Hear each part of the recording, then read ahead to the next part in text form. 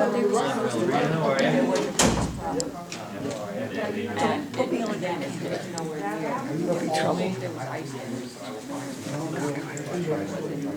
everybody doing tonight? We're good. We're good. We're having one of our town halls tonight, and thanks for coming out. This is one of these things where I open myself up to questions, and I'm here to tell you I don't have all the answers. But what I can tell you is that I'm very conscious that I'm working for you. And I'll do the best I can tonight. I'm not going to make up answers that I don't know. So if there's something that I can help you with tonight, I will. We got Tom McHugh here, who knows a lot about the healthcare situation, and he'll help out too. We've got Sabrina McLaughlin here running the projector, and she knows an awful lot about veteran services, and she's a specialist. We've got Bill Hanley just walking in the door here. He knows a lot about grants and helping out the hose companies and a whole wide range of topics. And we've got Bob Morgan, our district director here, and he knows everything about everything. He'll tell you. So I guess we're going to start off with a little PowerPoint to talk about our services a little bit.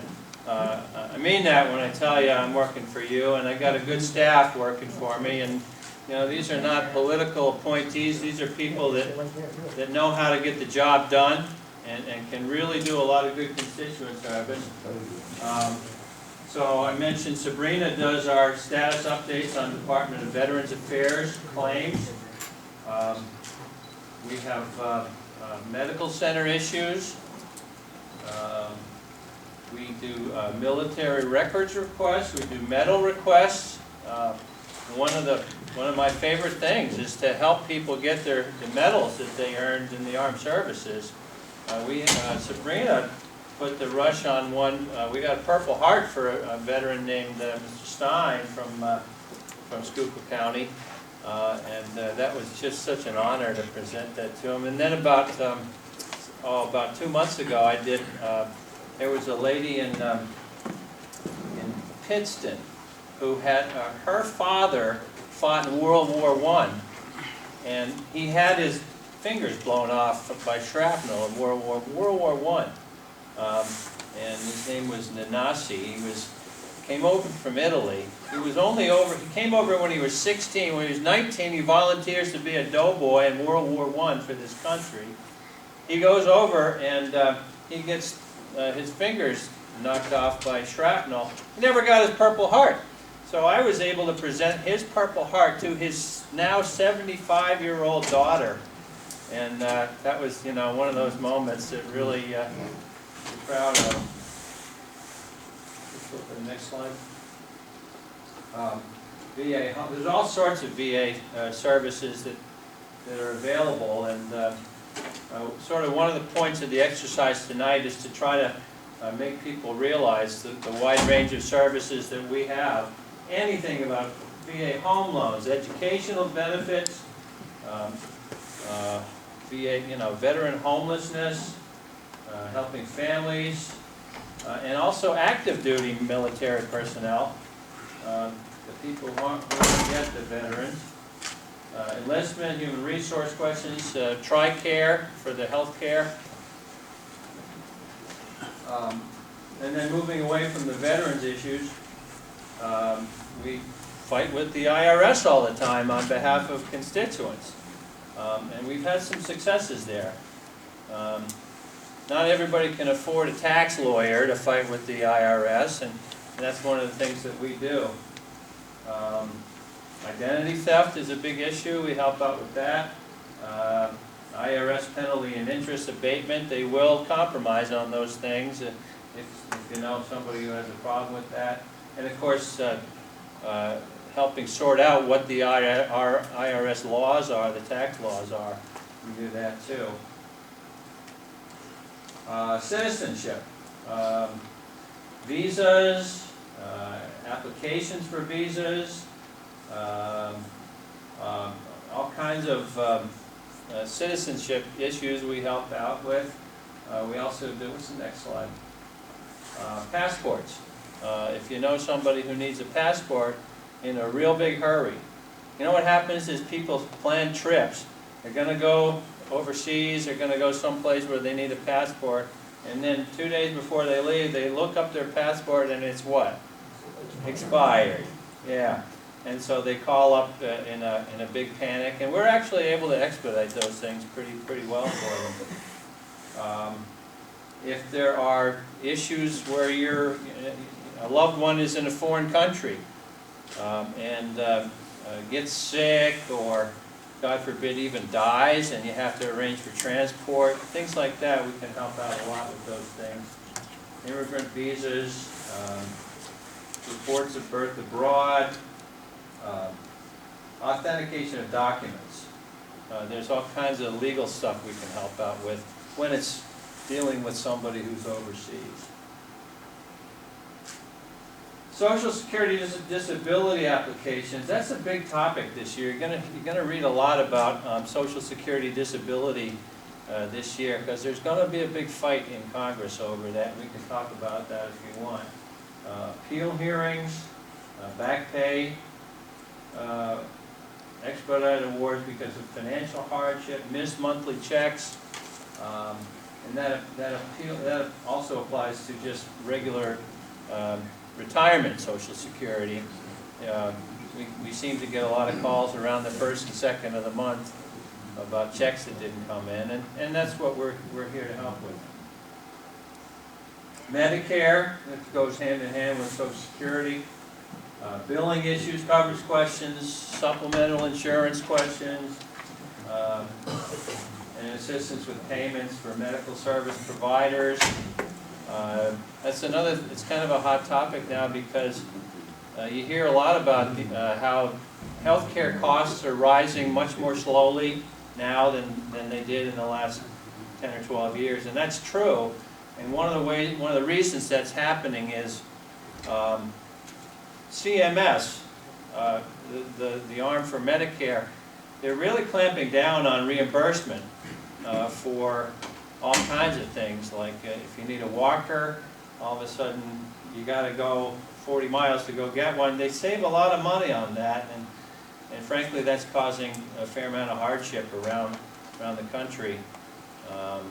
But you know, if you wonder how they're saving all this money, it's because they're cutting down on services.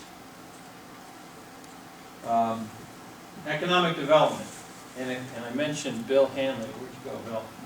There he is. Bill's awfully good at that, and so is Bob.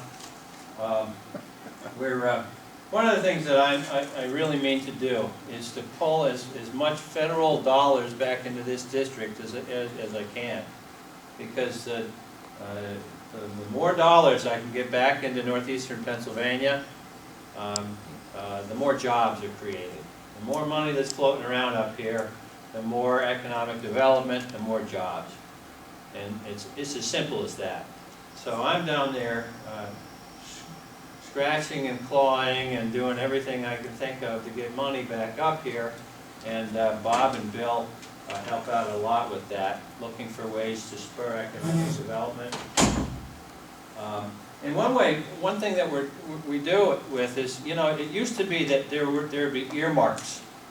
You know, you cozy up to a powerful member of the Appropriations Committee, and you get, you know, a couple $1 million check for your favorite project back in the district. That's all gone by the wayside now. They don't have earmarks anymore. You know, somebody said, well, that just leads to bridges to nowhere. And there's some truth to that too, that there was probably some wasteful spending. But that all happened long before I got there, and there are no more earmarks, and the way money gets spent now is with grants. And so if you want federal, what they call discretionary money, it's got to be applied for in the form of a grant. And so that's why guys like Bill Hanley and Bob Morgan and the rest of our economic development staff come in handy, as they help kind of bird dog the grant requests that go down to Washington from our area. And a lot of them are assistance to firefighter grants that help the hose companies, safer grants that help the police and the police department's community grants. But the key is that we're not writing these grants, we're supporting them. And so one thing we're kind of, this year we're going to make more of an effort for is to increase awareness among, you know, mayors and borough councils and the people who are thinking about projects that they want to do to improve the local communities. If we increase their awareness of the grants, they'll apply for more grants, and then the more grants you apply for, the more we're going to get, and the more money that's going to flow into the area from Washington, D.C. Again, just the more money, the more jobs, and we need that. We do all kinds of casework services. So if there's somebody that's having trouble getting their black lung benefits, we help out with that. We do student loans, and God knows there's a lot of students struggling with loans, and we can talk about that some more tonight. Postal service issues, Fannie Mae issues, commercial driver's license issues. This Consumer Financial Protection Bureau is coming up more and more. HUD and local housing issues. We got into a big brouhaha with HUD over it. I don't know if you read about it. There's a housing development in Wilkes-Barre called Sherman Hills. And there was a bad landlord there, and HUD came in and found all kinds of violations, and they fined him for it. But we put some pressure on that landlord, and we got rid of the landlord. And we got a new landlord now, and they're a lot better. And they're putting money into security systems, and you know, where's something wood to knock on? There hasn't been a murder there in over a year. EEOC complaints, so we help with those. And then, of course, we have a DC office, and I have a very good staff down there, and I invite Annie and all of you to come on down and visit, because, boy, when a constituent comes down from any part of northeastern Pennsylvania, you know, we're going to make a fuss over you. It's a pleasure dealing with regular people instead of inside the Beltway crowd down there.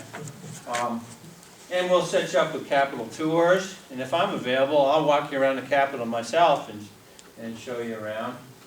We do have White House tours, and we can get you a flag that has been flown over the Capitol. All kinds of little neat stuff. It's something that if you have kids like that are between the age of about 8 and maybe 13. After 13, they get a little surly. So, but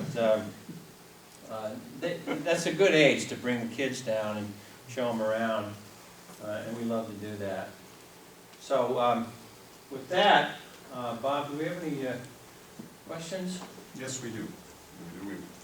And I know that a number of cards were handed out, so if you'd like, we can collect those questions you might have, and we can answer those. Okay. The first question is, where do you stand on the governor's budget, specifically the increase in the personal income and sales tax? That's a loaded question right there. But it's, I think as a general matter, I will say that I like this governor. I admire him. He's taken some bold steps. He's really shaking things up in the Commonwealth of Pennsylvania. I think his overall priorities are in the right place. He's pumping a lot of money into education, and doing that from the state level is so important. This is state government. I'm down in Washington, so you're asking me something that's kind of none of my business, but you asked me, so I'll tell you what I think of it. I think it's so important that the state put money into public education, because what that does is, number one, education is so important. I mean, if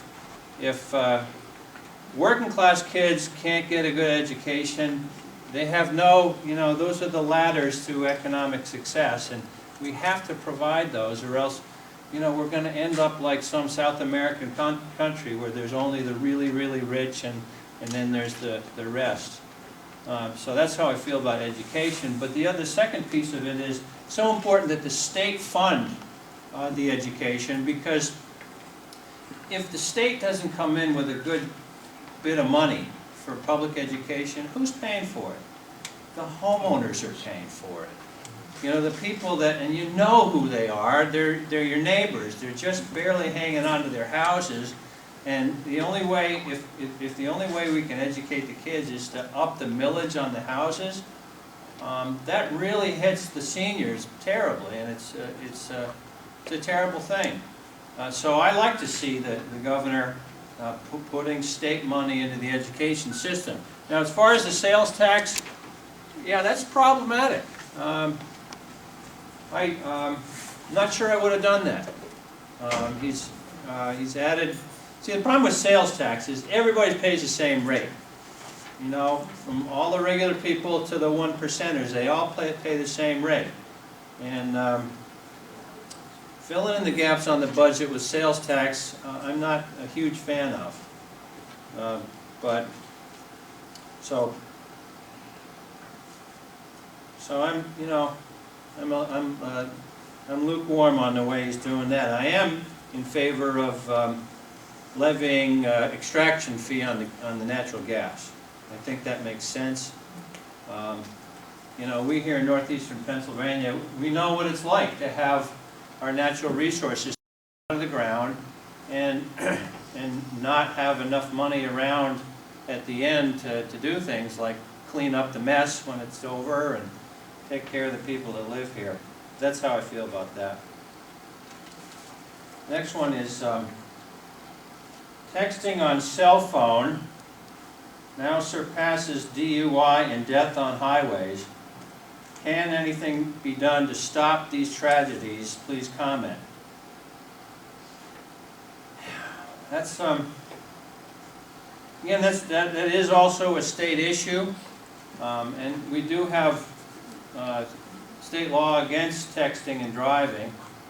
The problem is enforcement. It's really hard, and I read this, that the police have a very hard time proving that somebody was texting at the time they were driving, at the time of an accident, for example. So I think more than anything, that's a technology question. We've got to figure out a way to prove when somebody was you know, keying in a text message. Once you beat that hurdle, you're going to be able to prove that somebody was actually texting at the very moment a crash sequence began. And I think the penalties ought to be every bit as strong as drunk driving penalties. So, if you're drunk and somebody dies, you're going to jail. And it ought to be the same for texting and driving. Mr. Cartwright, could I make a slight comment on that? Certainly. On texting, that's after the fact, right? Before the fact, that they have to be in an accident to get arrested. Why can't they stop the texting altogether? Right. You see it all the time. I myself was pretty close. Fortunately, it was in town. I'm only doing like 35, 40. But what about people doing 50 and 60? Right? They get wiped out. I agree. You can't stop in time. Preaching to the choir here. I wish they could change the law. Pardon Why me? can't they change the law itself? Instead of stop texting. Stop, right? Can't you change the law? The law is, it's illegal to text and drive. But it's how do you catch them? And I know, I've heard this from several policemen, it's just impossible to prove that at the time they were driving, they were doing a text message. So it's a matter of technology. But I'm with you. My God, I can't even change the channel on the radio without driving off the road. It's like you're over the line. Thank you for the question. Thank you.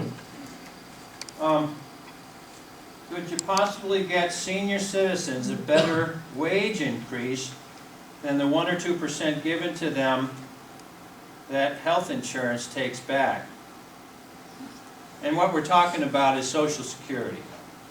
And this is...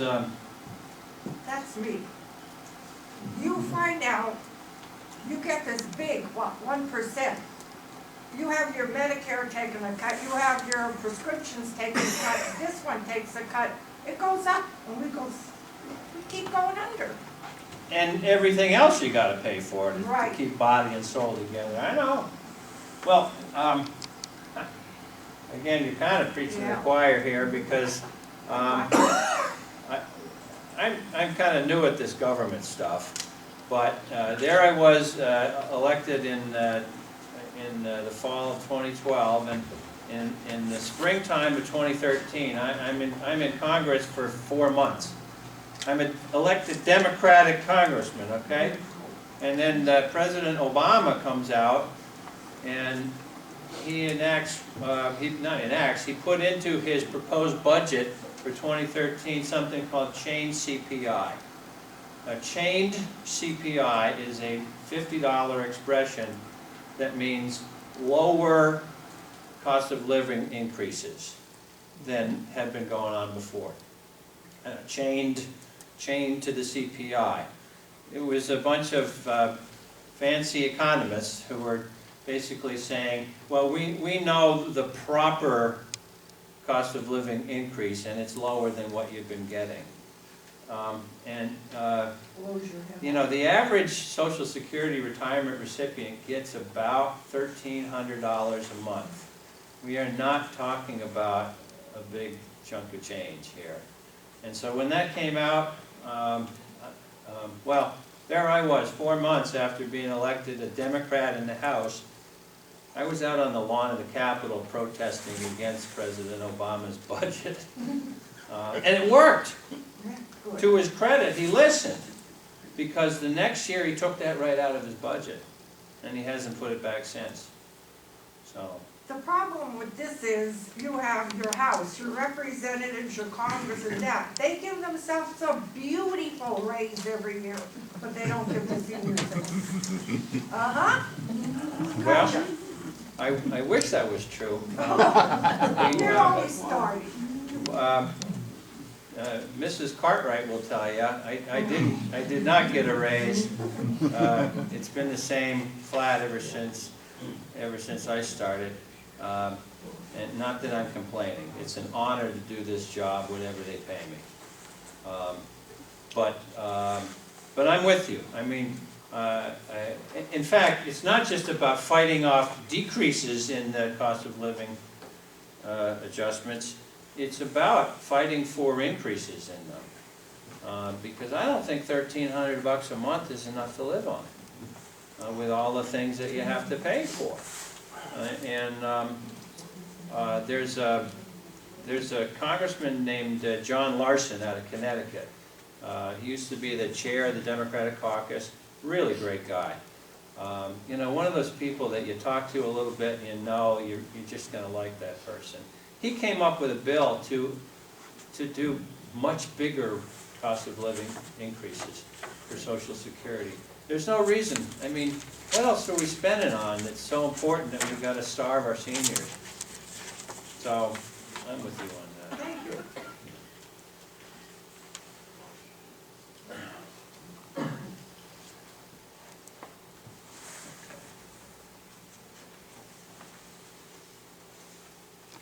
Okay, we met in Mahanoy City at your meeting. I asked you to find out if the Mine Safety and Health Administration is not hiring inspectors over the age of 35. Okay, we've been, I have looked into that. Whose question is that? He's not here, Congressman. He had to go to another meeting. Okay, all right. It's a longer answer, but, and I'll get back to him. It's, the truth is, they don't pay attention to age limits. But, do we have any other written questions? Yes, we do.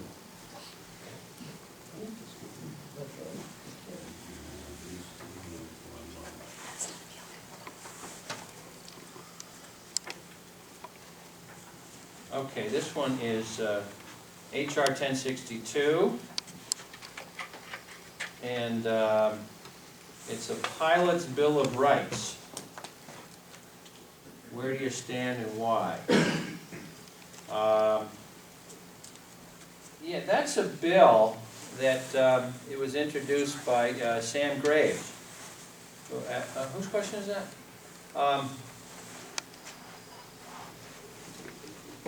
It's an interesting topic because my brother's a pilot, and he's given me a good earful every once in a while. Then you're educated. Because there is a certain element in Washington that they just kind of associate general aviation with the 1%ers, and it's not true. I mean, you don't have to be in the 1% to have a little plane. So the first issue that came up about general aviation is President Obama, again, is another, I mean, I'm not here to run down the President of the United States. But he came up with this plan to charge general aviation pilots $100 landing fee if they're going to file a flight plan. And the idea is this, and it's not completely crazy because when you file a flight plan, you're working with air traffic controllers that are employees of the federal government, basically, and so you're taking advantage of a government service. You file a flight plan, and then people that file, our pilots already know this, but for the rest of the folks, when you file a flight plan, that means you're instrument rated, instrument flight rules, IFR. And you file a flight plan, and that means there's an air traffic controller looking at a screen and basically making sure that your plane stays a good safe distance away from all of the other planes that are up there. Okay. Now you can fly instrument rated with a flight plan, or you can choose to fly VFR, which is visual flight rated. In other words, the thing that's keeping you safe up there is that you're looking with your two eyes and watching out for other planes out there. So which one's safer? Obviously the one where there's an air traffic controller keeping the planes apart.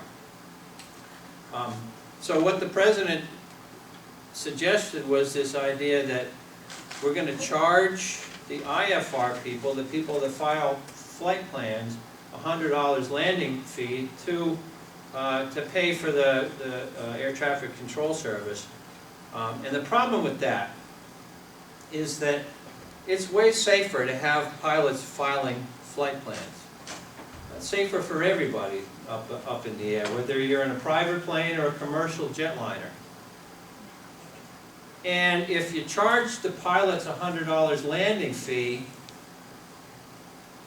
it's going to make them want to just choose to fly without a flight plan. In other words, you're kind of punishing them for being safe. And that's not good policy. So I actually joined, and in fact I mentioned him before, Representative John Larson out of Connecticut. He authored a letter objecting to that plan, and I joined that letter with them, and so far that hasn't gone into effect. Tom Graves actually, is it Tom Graves? Sam. Okay. I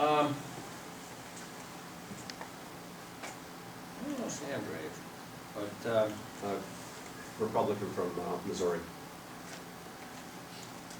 I have to look at that bill, but you know, I'd probably be in favor of it because my brother will give me a big face full if I don't help out the pilots.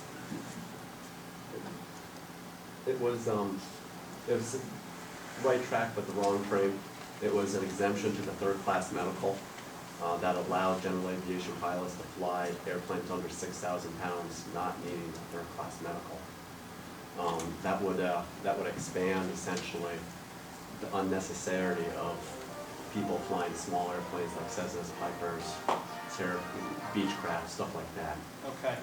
It's a good idea. I'm a transatlantic pilot. I fly Boeing 767s to Europe every week. Oh, you do? It's a good idea for me to have a medical.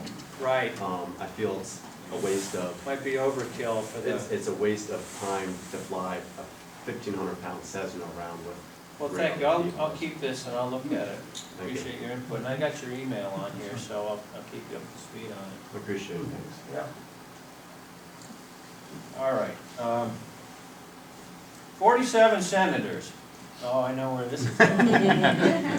47 senators recently circumvented the president by writing a letter to Iran. It appears this is a clear violation of existing law. You cannot have public officials openly breaking the law, otherwise Congress has demonstrated it is okay to break the law. What is going to be done about this incident? Okay, so we're talking about 47 Republican senators who wrote to Iran saying, don't worry about this peace process, and as soon as a new president takes over, he or she can just abrogate the whatever deal you reach. And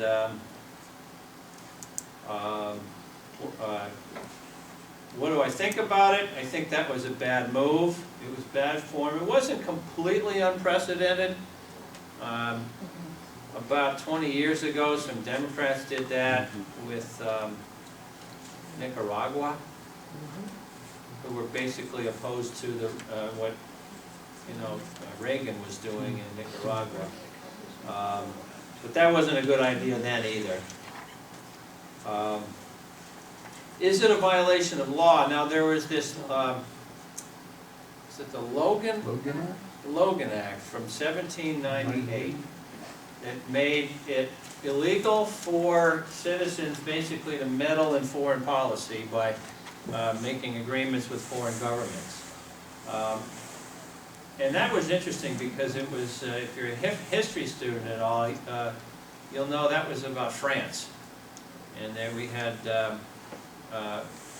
Citizen Genet who came over, and he was living in Philadelphia and basically causing a lot of trouble. And that was a time when there was great political strife and turmoil, and so they came up with this this Logan Act that made it illegal to do that. The problem is that that's a statute that has never been enforced, and I don't think it's enforceable. It's so vague about, what's meant. Is writing a letter enough?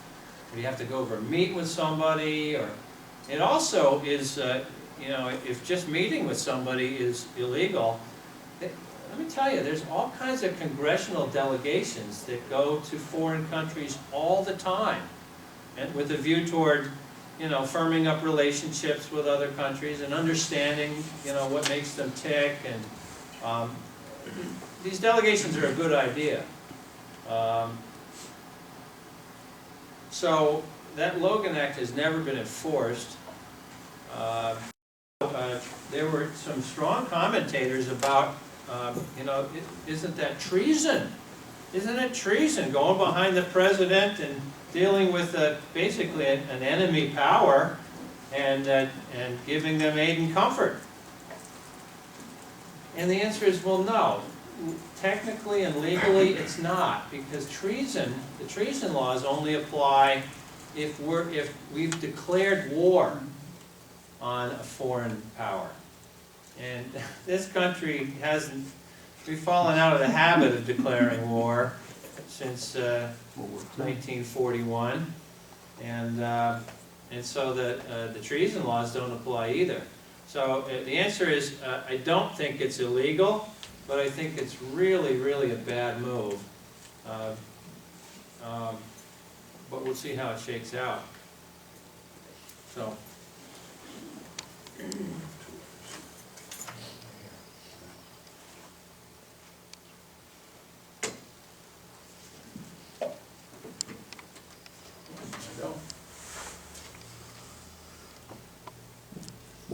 All right. This one is a multi-part question, starting with, can Pennsylvania ban fracking as New York did because of its dangers and health hazards? The answer is certainly. Pennsylvania could ban fracking. It has chosen not to. I think that, Why is because at the time fracking kind of took a foothold in Pennsylvania, we had an administration in Harrisburg that wanted as much fracking as possible. So it's kind of the horse is out of the barn at this point, and but I will say this: fracking is currently banned in the Delaware watershed. And the reason for that is the Delaware River is nationally designated as a pristine waterway. Extra clean, extra green, and so the Delaware River Authority, Water Basin Authority, I forget the technical name for it, it's composed of the governors of Pennsylvania, New Jersey, New York, and Delaware, plus the head of the Army Corps of Engineers. And right now, that authority has not taken off the designation of pristine waterway, and therefore fracking is banned in places like Wayne County that drain into the Delaware River. And there's a lot of discontent among landowners in Wayne County. They really wish that were not true, but that is the case. So there are parts of Pennsylvania where fracking remains banned. Light bulbs being forced on public and dangers of mercury inside them. Okay. I'm not sure what the question is. Is Beverly here? Can we change it? Yeah, what's the, can we change, Can we change that, deregulate? can we prevent light bulbs being forced on the public that have mercury inside them? Certainly we can.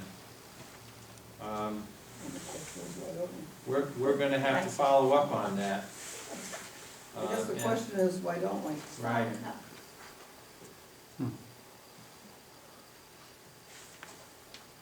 You know, I may not have all the answers, but I will always be honest with you.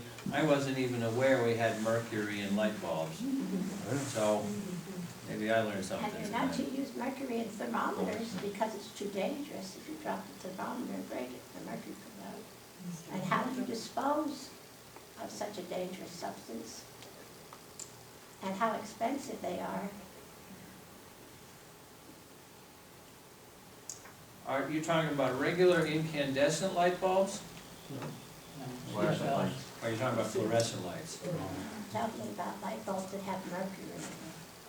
I think fluorescent bulbs. Okay, well, you've piqued my curiosity now, so I'm gonna start looking into that, thank you. Elimination of daylight savings time carried over from World War II.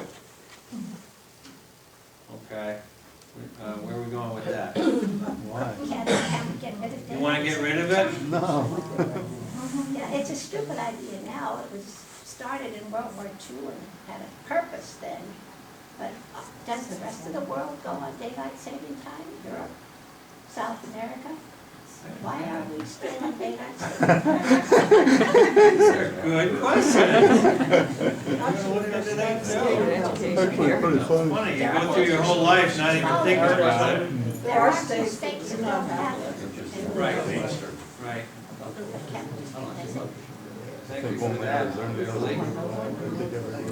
Okay, reform of complex income tax system to straight 10% or other percent with only credit for dependents.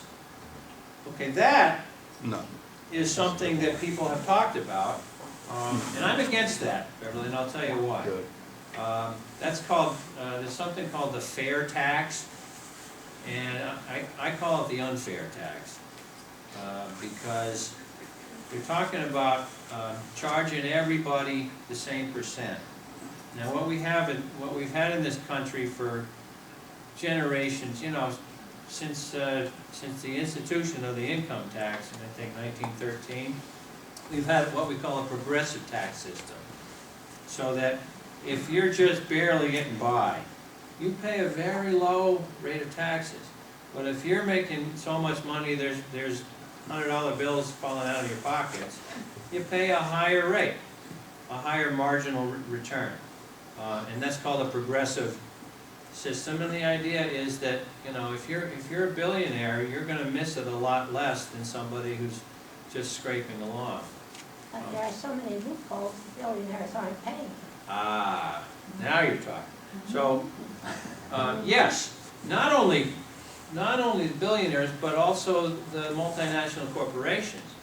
We have all these American companies, and you've read about it. I think Burger King is one of them, that just did what they call an inversion, where they basically merged with another company, and it doesn't even have to be a bigger company, it could be a smaller company. Who did Burger King Tim merge Hortons? with? Tim Hortons out of Canada? Pretty sure I'm right on that. What's it called? Thanks. Tim Hortons. Tim Hortons, that's right, that is exactly right. And Tim Hortons was a fraction the size of Burger King. Yeah. They merged with Tim Hortons, and all of a sudden Burger King's a Canadian company, and they don't have to pay American taxes. I won't go to Burger King anymore because of that. Because you know, if we want to talk about 47 senators close to committing treason, that's pretty close too. We also have an awful lot of American corporation money that's held overseas, because they earned it overseas, and they know that once they repatriate this money, they got to pay American corporate tax on it. They won't bring it back. And they're waiting for Congress to come up with like a tax holiday, and then once that happens, they'll bring it back.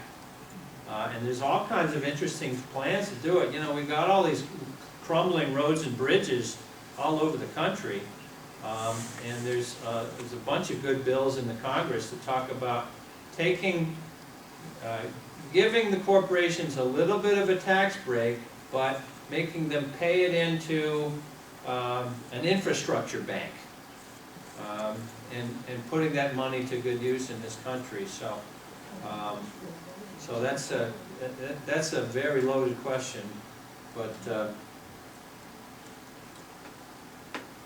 closing the loopholes, yes, I'm in favor of that. But I gotta tell you, there are other loopholes that I'm not in favor of closing. So, for example, you know, we have earned income tax credits. We have 529 plan. That's a loophole. Anybody who's saving for college for their kids, you put the money in a 529 plan. We have those here in Pennsylvania, and it grows tax-free. So that's a loophole right there. But it's a good loophole because it encourages people to save for education. And my wife and I we've got 2 boys in college right now, and we put every penny we could get into that 529 plan. If we didn't do that, we would have been much more limited in our options about what to do for college. So there's all kinds of tax loopholes that I think are a good idea because they promote savings and things like that. When you use that money for the children for college, is it not taxed then? No. Or you take it out of that 549 plan? No, but you're paying after-tax dollars into it. So the idea is That's it. but there's other things like life insurance. Life insurance is a tax loophole. When you know, when Uncle Fred dies and Aunt Tilly's scratching around for something to live on, well, she gets the life insurance, and she doesn't have to pay tax on that. That's a tax loophole, and I think that's a good thing. So yeah, there's a lot of complexity in the tax code, and I'm interested in that. In fact, eventually I want to get on what they call the Ways and Means Committee, and they deal with the tax code. And there's a lot of good loopholes in the tax code, and there's a lot of bad ones. So I'm very interested in that subject, and there's a lot to talk about there. But your next question is support of the Endangered Species Act to prevent slaughter of wolves and what other wild animals. Now, you know, that's a very hot topic, because if you talk to people from the West, they're not interested. They see wolves as predators. In fact, I'm on the Natural Resources Committee, and we have Congressman Don Young from Alaska. Oh, no. very colorful person. And he's about 82 years old. He's strong as a bull. I wouldn't want to tango with him. And we got talking about the gray wolves, which have been taken off the endangered species list. And there was, you know, environmentalists were complaining about that, and they want to save the gray wolf, and they want to prevent hunts of the gray wolf and all that. And what does Young say? He says, all you people in the East, you don't realize these are predators. They come and they attack our domestic animals, and they hurt us financially, and they're not endangered. So we should be able to hunt them. And this is where he said something colorful. I couldn't believe it. He said, you know, if you had gray wolves in the East, you wouldn't have a homeless problem here.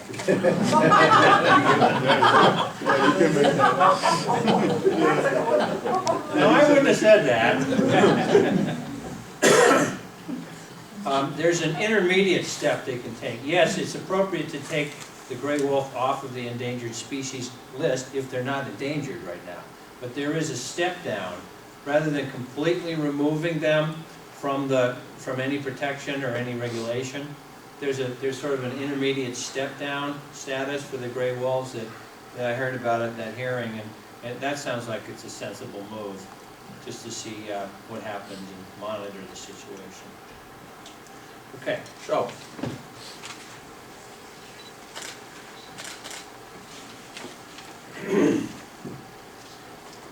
What recourse does a citizen have against electronic piracy?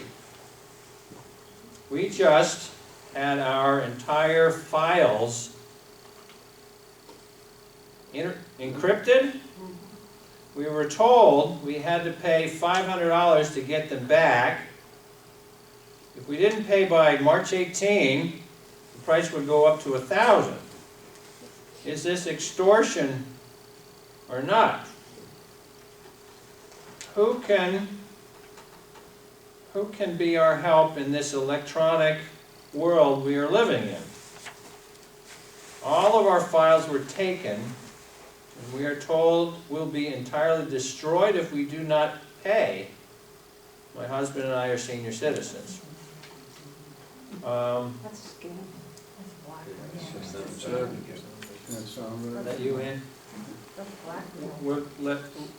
Let's see if my staff can help you with that, number one. That's a relief. I thought it was Hillary Clinton asking this question. Oh, we're going to have fist fights over her email now. Wow. I don't think so. Yeah, that doesn't sound right at all. So let's see if we can get some constituent casework going for you on that, okay? And that's your email there. Okay. All right, any other written questions? Okay. So, anybody want to weigh in with other questions? Go ahead, sir. I'm sorry I was late. That's all right. I represent Parkinson MS Support Group in Sunnyvale, and my counterpart is in Washington with MS, so I'm here with you.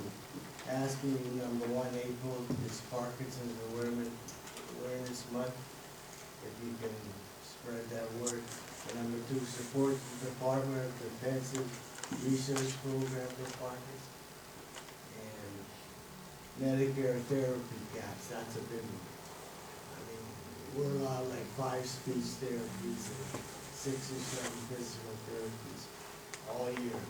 Second of all, around here, there's no neurological help. You either have to go to Allentown or Bethel for anything. And advanced research for neurological disease act data collection, if you'd support that. Yes, I will. Thank you so much. Do you have your email address on there? No, but I emailed it. Oh, you I'll did? give it to you. Okay. All right, good. I'll take that.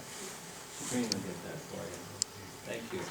I'm glad you raised that, because we're coming into what we call appropriation season, and I told you before, they don't have anymore. So instead of earmarks, what congressmen do, when they want to get federal discretionary money into a program, like beefing up Parkinson's research or general neurological research, you write a long letter. And in each letter, you number all of the priorities for federal money going into programs. And I'm sure that's already on there in our letter, but I'll make sure that's on there again. Absolutely. If they're, the Medicare cap is, to me, it's ridiculous. Like I said, there's no, this Gene on the cell, we have to travel down for exercise program. There's nothing on there. Again, You go to physical therapy, you only get 5, or speech therapy, you only around 4 or 5 sessions per year. It's ridiculous. So I would appreciate your support. And I've been emailing you through the Parkinson Action Network. okay. Well, you'll have my support. I don't know if you're here when I mentioned it, but what we're fighting with is CMS here. Remember I said they're cutting back on services? This is a perfect example. They are cutting back on services to citizens on Medicare. And I want to say this, if you know somebody who's getting the short end of the stick in the same way, not getting enough therapy, being forced to drive long distances to get treatment, I want to know about it, because in some cases I can help. And we'll rattle the cage of CMS. I don't care if I hurt their feelings. That's your question. Yeah. You have another question, Rick? Yeah, could you touch on the fight over disability comment you said, Matt? It's Okay. important to me, I'm on disability. I had 39 years with a local chemical company till my job poisoned me. And disability was a godsend to me. Thank you, yes. Here's what's going on. I mentioned I'm on the Natural Resource Committee, but I'm also, the committee I spend most of my time working on is the Oversight and Government Reform Committee. And this is the committee where they throw ripe fruit and vegetables over Benghazi, and Hillary, it'll be Hillary's emails this year. But another thing that they do is I'm the ranking Democrat. I'm the lead Democrat on the committee that deals with Social Security, the subcommittee on Social Security on that oversight panel.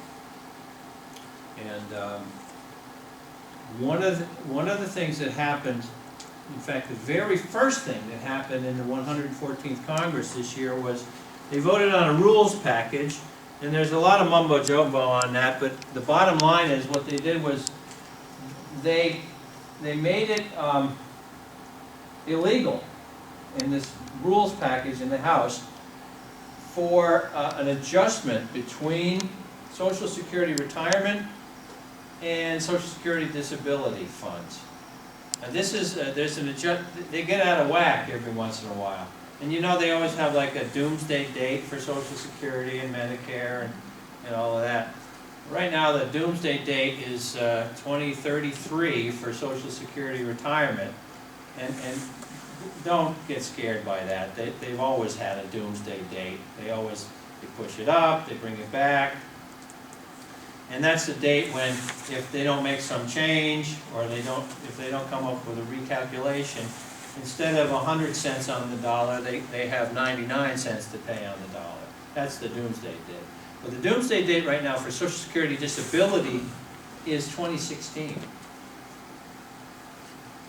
And what they do when that happens is that they adjust. They take some money out of Social Security retirement and put it into Social Security disability, and they even up the funds. And they do that one way or the other all the time. They think they've done it 11 times in the last 20 years. It's not a big deal to do that. But all of a sudden, in the Republican-led House, and I don't mean to bash Republicans, I get along with a lot of them, and God knows I represent a lot of them. But John Boehner has done this. He's made it illegal to do that adjustment without an affirmative passage of a bill. And that's terrible, because what it means is they're putting Social Security disability under attack. And we're gonna have hearings on that, and you know what you hear it all the time. We're gonna hear about all the fraud in Social Security disability. Tom Coburn, yeah.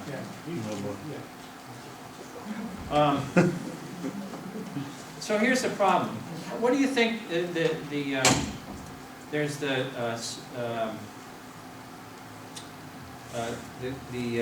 GAO, Government Accountability Office, came up with a review of Social Security disability. What percent of Social Security disability has been found to be fraudulent? Less than 1%. Okay? So we have this gang that all they want to do is talk about the people faking their sore backs and necks. And, you know, the people that got caught redoing their roofs while they're collecting. You hear the stories. It's the man bites dog. That's interesting. You hear about that and you forget about the 99+% that are legitimately disabled and collecting the benefits that they paid into the whole time they were working. Okay, so you're going to hear me all year sticking up for Social Security disability and trying to fight back against this. You know, anybody that watches Fox News, all you hear about is the phony claims for disability, and it's not right, because it is a classic example of throwing the baby out with the bathwater. We don't want to, you really want to sacrifice the 99+% of American citizens who paid into this program, are legitimately disabled? You want to sacrifice that program to punish the less than 1% that are taking advantage of it and gaming the system? That makes no sense. So it bothers me, because what they're doing is it's like a divide and conquer.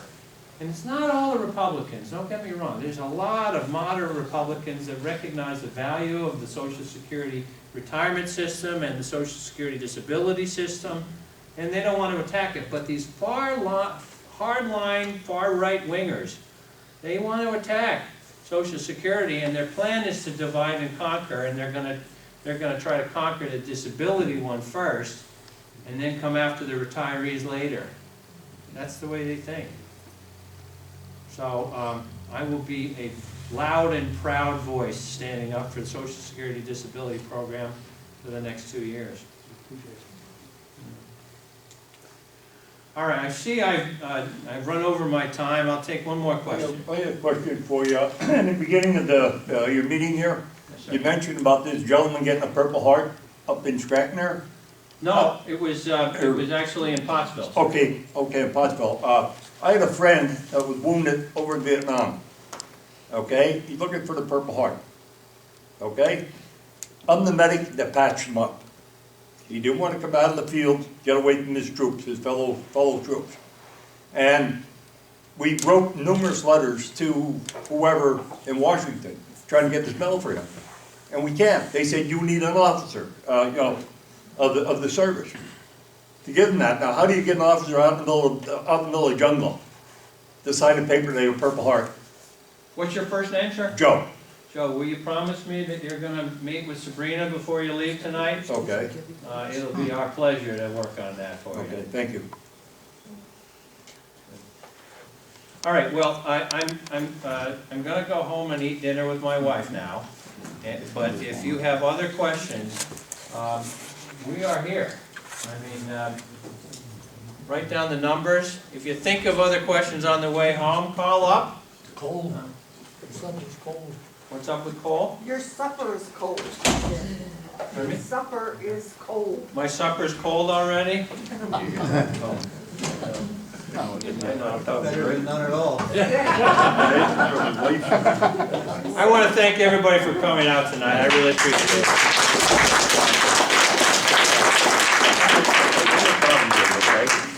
The gentleman went